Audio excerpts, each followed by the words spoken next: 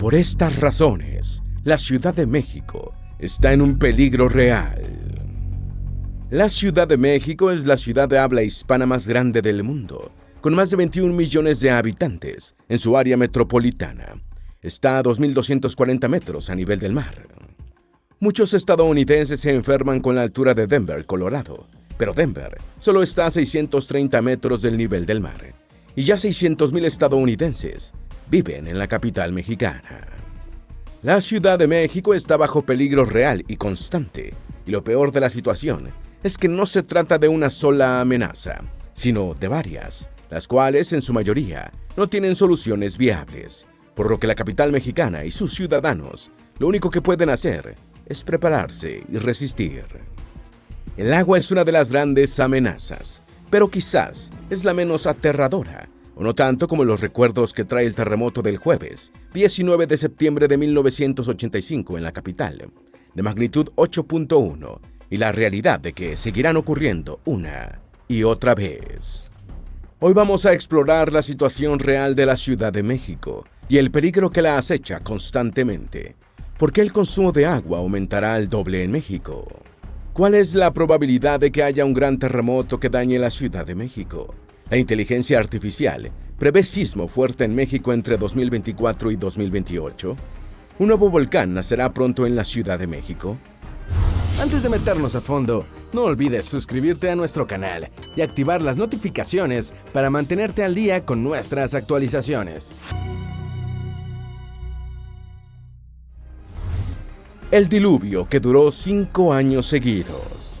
Conocido como el diluvio de San Mateo, fue uno de los eventos históricos que más huella dejó en quienes fueron testigos, y es que dejó a la Ciudad de México completamente devastada. De hecho, la sumergió en un lago de desolación durante unos larguísimos 5 años. Las lluvias iniciaron el día de San Mateo, un 21 de septiembre de 1629, y continuaron durante 36 horas. Según los testigos, fueron lluvias torrenciales que mantuvieron casi la misma intensidad. Aquellas lluvias, combinado con la ubicación geográfica sobre la que se construyó la ciudad, un valle lleno de lagos, provocó lo inevitable, una terrible inundación que superó los 2 metros de altura. El impacto de la inundación fue tan catastrófico que la ciudad se paralizó por completo, el comercio se detuvo, las iglesias cerraron y hasta los conventos fueron abandonados. En aquella época, alrededor de 20,000 familias vivían en la Ciudad de México, y solo cerca de 400 pudieron quedarse. Las demás no tuvieron más opción que abandonar sus casas y mudarse a ciudades más seguras. En un punto la situación se hizo tan crítica que se llegó a considerar el traslado de la capital a otra ciudad, con menores riesgos de catástrofes similares. Según los informes que quedaron para la posteridad, el agua estancada en la ciudad persistió durante 5 largos años, lo que generó un ambiente inhabitable por la insalubridad, que provocó la aparición de muchas epidemias y enfermedades. En aquellos tiempos, con poca comprensión sobre fenómenos naturales, la mayoría de las personas creyeron que se trataba de un castigo divino, que era la manifestación de la ira de los dioses antiguos que los españoles habían ofendido de todas las maneras posibles. Hasta 1634, cuando finalmente las aguas retrocedieron, se celebraron innumerables misas y procesiones a la Virgen de Guadalupe. Aunque no solo rezaron, tras la inundación, implementaron algunas medidas para evitar que se repitiera la catástrofe, como construir el sistema de drenaje del Tajo de Nochistongo, el cual desviaría las aguas del Valle de México. Sin embargo, la Ciudad de México continúa siendo muy vulnerable a las inundaciones, incluso actualmente y después de casi 400 años. La última gran inundación de la Ciudad de México fue en 1951. ¿Podría volver a ocurrir? Durante finales de la década de los 40 e inicios de la década de los 50, la Ciudad de México tuvo que resistir grandes y continuas inundaciones que afectaron todo el valle y que provocaron fuertes daños económicos y sociales.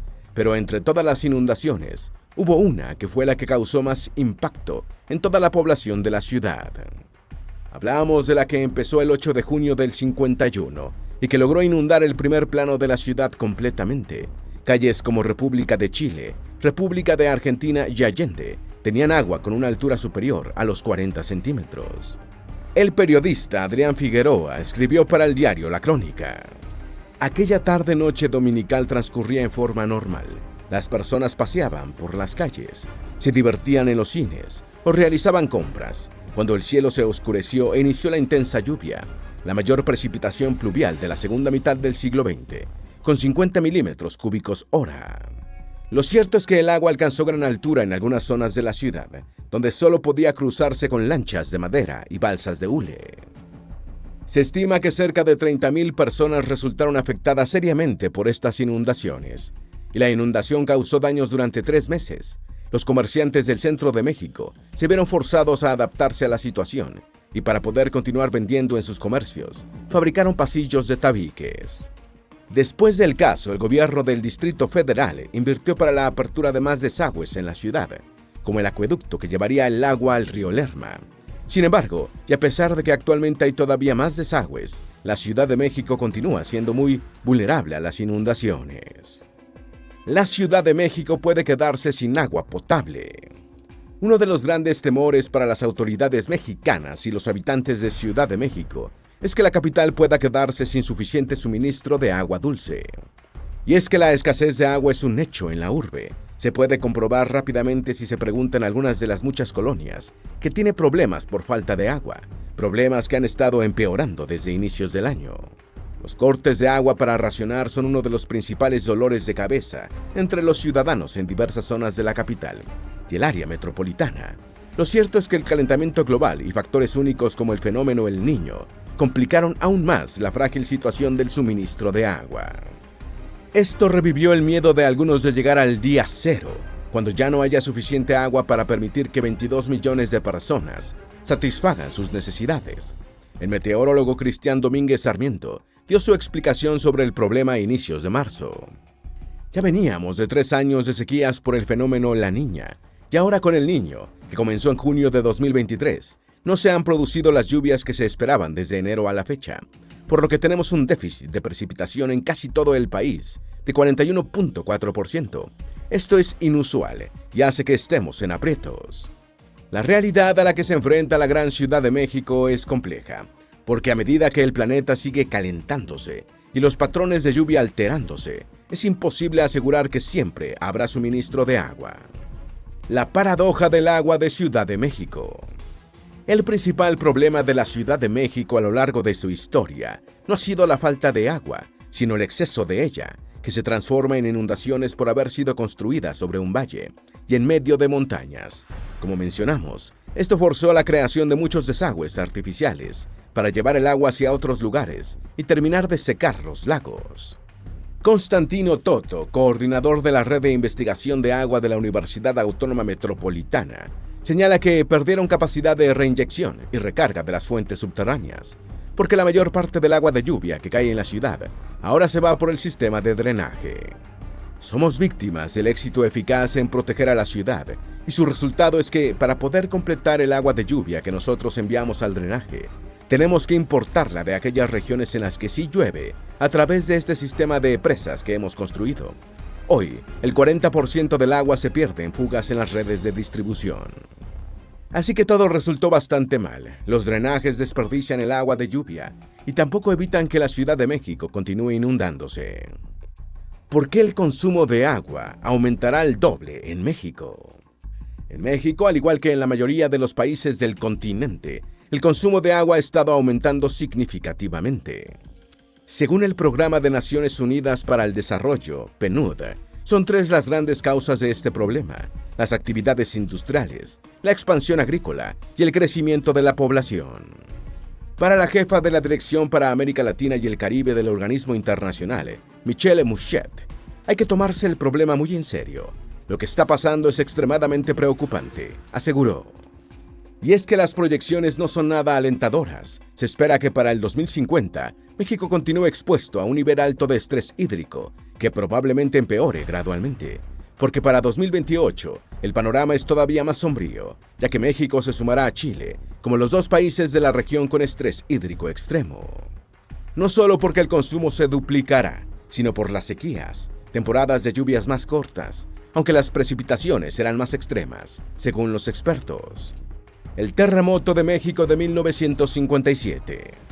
El domingo 28 de julio de 1957 ocurrió un fuerte terremoto en México, el cual fue bautizado como el Terremoto del Ángel y alcanzó una magnitud de 7.8 en la escala de Richter, aunque según el Servicio Geológico de los Estados Unidos, el sismo tuvo una magnitud de 7.9. El epicentro fue en la costa chica del estado de Guerrero, en las cercanías del puerto de la ciudad de Acapulco. La zona más afectada fue el centro de México, sobre todo la Ciudad de México, donde 2.500 personas resultaron heridas y unas 700 perdieron la vida. Más de 10 edificios fueron gravemente afectados o colapsaron por este terremoto. Sin embargo, este terremoto sería juego de niños en comparación con el que ocurriría a mediados de los años 80. Terremoto de México de 1985. Hasta 20.000 muertos se calcula. 250.000 personas perdieron sus hogares. El 19 de septiembre de 1985, México se enfrentaría a uno de los peores terremotos de toda su historia. De hecho, en la historia escrita sobre estos fenómenos, es el mayor del que se tenga registro hasta el siglo pasado. Y es que el movimiento telúrico, que duró alrededor de 2 minutos, tuvo una magnitud de 8.1 en la escala de Richter. La zona centro, sur y occidente de México fueron afectadas, pero como de costumbre, Ciudad de México recibió los mayores daños debido a su densidad poblacional.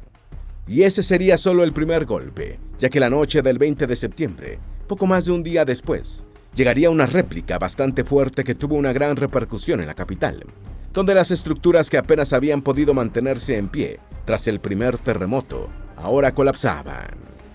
Nunca se conoció un número preciso de heridos, muertos y daños materiales.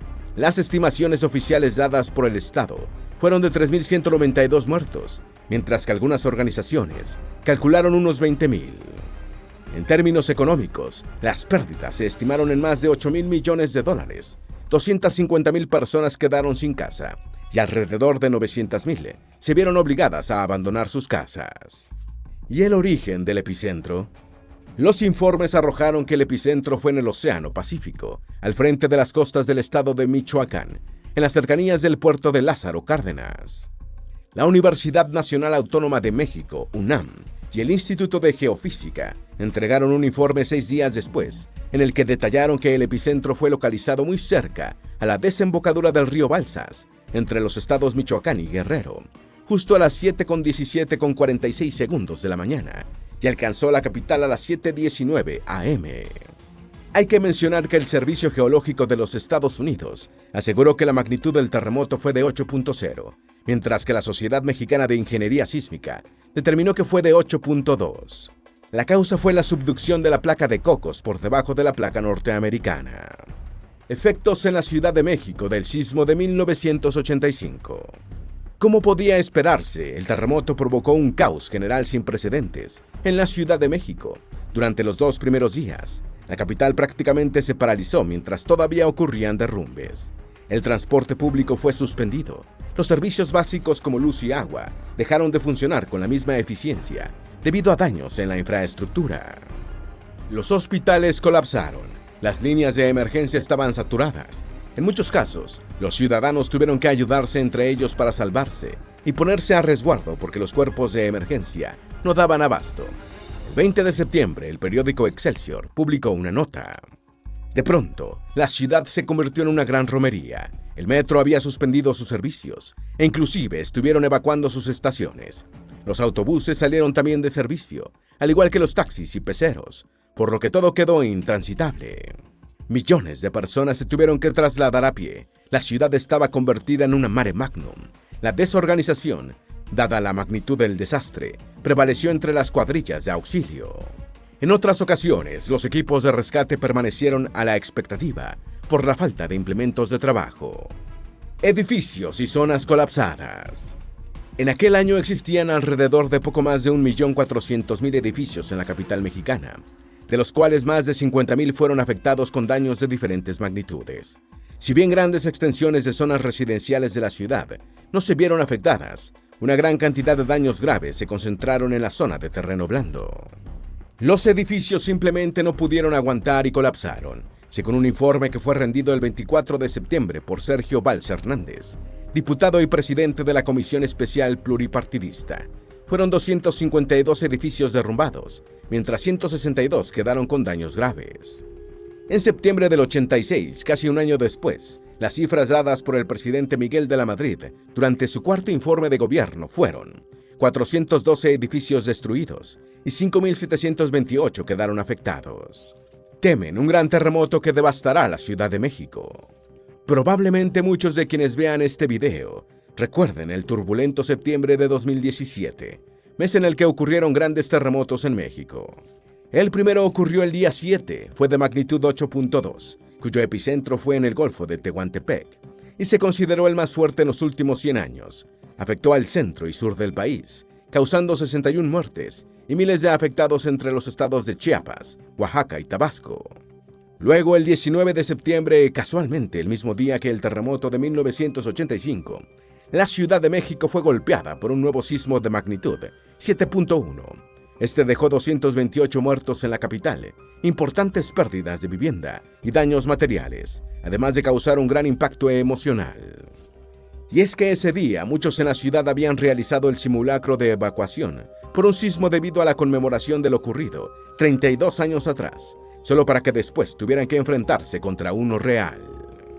Por esta razón, muchos temen que en cualquier momento llegue un terremoto mucho más poderoso que devaste la Ciudad de México.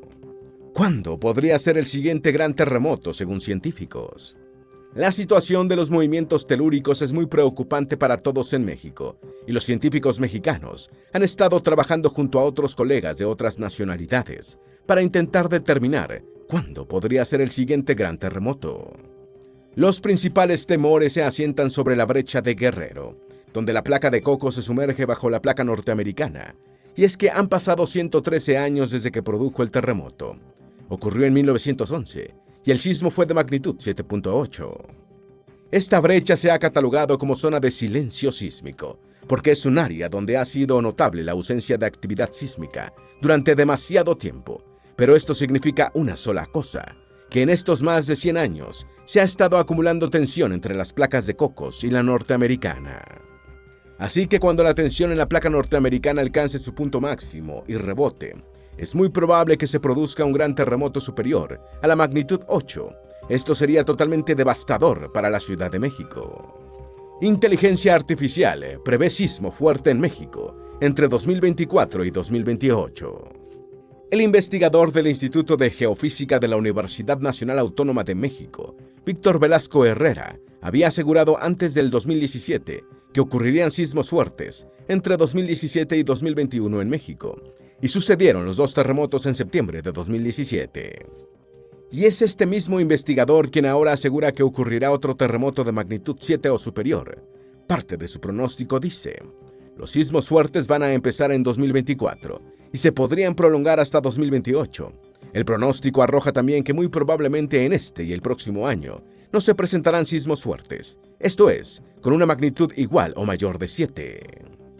Cualquier experto diría que solo tuvo suerte y que es casi improbable que vuelva a acertar. Sin embargo, Velasco no hace estas predicciones asegurando tener dones adivinatorios que le den semejante facultad. Él se basa en el cálculo, específicamente en los que interpreta una inteligencia artificial que analiza millones de datos. En palabras simples, Velasco recaba información de los sismos que han ocurrido desde hace más de 100 años hasta la actualidad y la interpreta con ayuda de una inteligencia artificial. Se trata de reconstruir la actividad sísmica histórica en el país para luego poder hacer un estimado hacia el futuro, explicó. Además, recomienda que las personas abandonen edificios o casas que hayan sido afectadas por los terremotos más recientes o que, al menos, se realicen las reparaciones pertinentes para reforzar las estructuras. Así se podrá evitar que otro movimiento ocasione desafortunadamente pérdidas humanas o económicas. Hay que realizar acciones en este periodo de actividad sísmica nula, porque después sigue la temporada alta, advirtió. ¿Es posible un terremoto fuerte con epicentro en Ciudad de México? Si bien no se puede descartar la posibilidad de que Ciudad de México sea el epicentro de un sismo de gran magnitud, lo cierto es que no existe evidencia de que los microsismos recientes puedan ser un preámbulo a sismos más poderosos. Así afirmó el doctor del Instituto de Geofísica de la UNAM, Luis Antonio Domínguez Ramírez. Como ejemplo, el doctor señaló el sismo en el municipio de Acambay de magnitud 6.9, que ocurrió el 19 de 1912, y el de magnitud 7.1, ocurrido el 19 de septiembre del 2017, cuyo epicentro fue al noroeste de Chautla de Tapia, el último afectando gravemente a la Ciudad de México. Ambos fueron terremotos intraplaca, que como su nombre indica, son aquellos que ocurren dentro de una placa tectónica. Son muy raros, pero su capacidad de destrucción es devastadora. No podemos descartar este tipo de escenario en la Ciudad de México. El hecho de que la mayoría de los sismos que nos afectan provengan de la costa no significa que no pueda ocurrir uno de gran magnitud, con epicentro aquí en la capital, aseguró Ramírez. ¿Podría haber un gran sismo en Ciudad de México que viene de la brecha de Guerrero? Como mencionamos antes, son más de 112 años sin que la brecha de Guerrero libere tensión.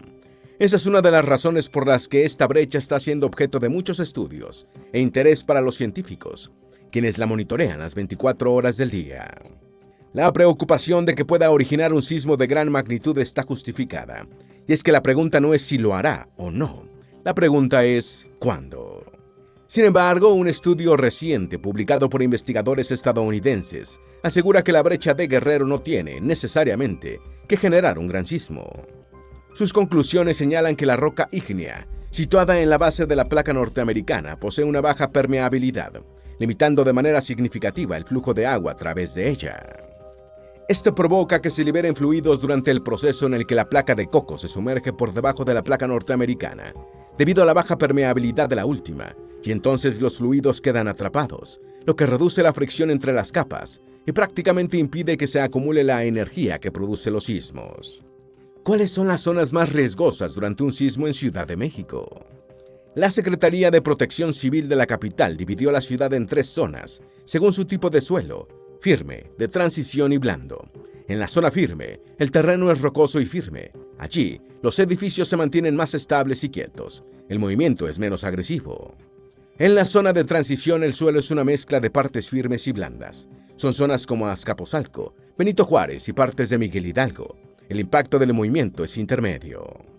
En la zona blanda, las ondas se amplifican y producen un mayor movimiento que provoca que los edificios se balanceen agresivamente. Aquí es donde se encontraban los lagos de Texcoco y Xochimilco. El norte y oriente de la capital son las zonas de mayor vulnerabilidad ante los terremotos de gran magnitud. Las delegaciones con alto riesgo son Tláhuac, Iztapalapa, Gustavo A. Madero, Iztacalco, Venustiano Carranza y Cuauhtémoc. En la región del centro histórico también se han sufrido grandes daños. Las colonias más afectadas son Tabacalera, Roma Norte, Doctores, Tlatelolco, Juárez y Narvarte. ¿Qué es un microsismo y cuál es el riesgo de uno en Ciudad de México? Los microsismos son el resultado de la interacción entre el suelo volcánico y lacustre en el interior de una misma placa. El doctor en sismología, Raúl Valenzuela Wong, lo explica así. Las fallas que provocan los sismos no solo existen donde se junta una placa con la otra, también hacia el interior de las placas. Estas fallas se pueden activar cuando se produce una acumulación de energía. Estos suelen percibirse como una sacudida repentina que va acompañada de un fuerte sonido, como el de una explosión. La intensidad se incrementa según la cercanía del epicentro. Wong también dice que debido al suelo de la ciudad que amplifica las ondas de movimiento, estos microsismos pueden ocasionar algunos daños menores. ¿Por qué el 90% de los terremotos sucede en el Cinturón del Pacífico? La razón por la que en el Cinturón del Pacífico se produce el 90% de los terremotos es porque marca el límite de muchas placas principales, como la placa de América del Norte, la placa del Pacífico, la placa de Nazca, la placa de Filipinas, la placa de América del Sur y la placa de Australia. Son muchas zonas de subducción que acumulan tensión que deben liberar a lo largo de 40.000 kilómetros. Aquí es donde también se producen el 80% de todos los terremotos de gran magnitud, y México, junto a Chile, son los 2 países más vulnerables de Latinoamérica. La Ciudad de México se está hundiendo. ¿Qué problemas podría causar esto? Por haber sido asentada sobre lo que fue un lago, la Ciudad de México se está hundiendo. Según estudios, la capital se está hundiendo hasta 30 centímetros cada año. Las zonas donde el problema es mayor son las del oriente, aunque también hay zonas en el centro de la capital que sufren de hundimiento, como la región de San Lázaro. Esto podría afectar la red de abastecimiento de agua en algunas zonas de la ciudad. Además, provoca que las inundaciones sean más destructivas y que algunas estructuras como los edificios se inclinen gradualmente. Problemas de deslaves en 70 colonias de Ciudad de México. Entre 16 alcaldías de la Ciudad de México, Más de 70 colonias se encuentran bajo amenaza de deslaves y derrumbes debido al reblandecimiento de la tierra, los fenómenos hidrometeorológicos y los sismos. El peligro es latente. En 2021, por ejemplo, varios fenómenos naturales como el sismo de 7.1 con epicentro en Guerrero, las lluvias torrenciales y las inundaciones afectaron seriamente el área conurbada de la capital. En el Cerro del Chiquihuite ocurrió un deslave que afectó más de 100 viviendas. Cayeron rocas de más de 200 toneladas. Esto activó un plan de prevención que demarcó las zonas con mayores riesgos en 70 colonias. Por ejemplo, en la colonia La Pastora, un documento de prevención dice: sitio con riesgo de derrumbes. Las condiciones de estabilidad cambian, derivado a que las filtraciones pluviales erosionan la base de las rocas, pudiendo ocasionar el rodamiento de rocas. En la colonia Tlacpexco, un fragmento del mismo documento advierte: sitio con riesgo a deslizamiento de tierra, con posible afectación hacia viviendas. Si explota el Popocatépetl, llegaría ceniza a Ciudad de México, ocasionando problemas respiratorios. El volcán Popocatépetl, uno de los más activos del país, está ubicado alrededor de 70 kilómetros de la Ciudad de México. Si bien es cierto que esa gran distancia mantiene a la capital lejos de la zona de peligro directo e inmediato, no significa que ésta no vaya a sufrir un poco si el volcán erupciona. Y es que hay riesgos potenciales que afectarían a la Ciudad de México, por supuesto, solo en caso de que la erupción sea importante. El principal problema para la capital sería la ceniza volcánica expulsada en grandes cantidades, que el viento puede transportar hacia ella. Esta ceniza podría causar daños a infraestructuras, a los sistemas de transporte, problemas respiratorios y a la salud de la población en general. Incluso podrían suspenderse actividades al aire libre como conciertos y también las clases escolares. Todo dependerá de la densidad y la persistencia de la ceniza dentro de la ciudad. Un nuevo volcán nacerá en Ciudad de México. Desde finales del año 2023, los habitantes de Ciudad de México han estado sintiendo decenas de microsismos. Según el Servicio Sismológico Nacional, iban más de 80 hasta principios de enero pasado. A lo largo de los meses han habido algunos que provocan sacudidas vigorosas. Muchos se preguntaban qué estaba originándolos y haciéndolos tan frecuentes. Y un equipo de especialistas de la UNAM parece haber dado con la respuesta: un nuevo volcán que nacerá en la capital, y pronto. Según el estudio de los investigadores de la UNAM, este nuevo volcán en la Ciudad de México podría alzarse en sus límites septentrionales, los cuales se consideran como un campo volcánico activo. Se cree que será en la Sierra Chichinautzin, específicamente, y esta zona cuenta con 300 volcanes monogenéticos, que son aquellos volcanes que hacen erupción una sola vez en su vida. El problema del tráfico de la Ciudad de México. ¿Cuánto tiempo pierden sus habitantes? Como en toda metrópolis, el tráfico en Ciudad de México es un problema mayúsculo.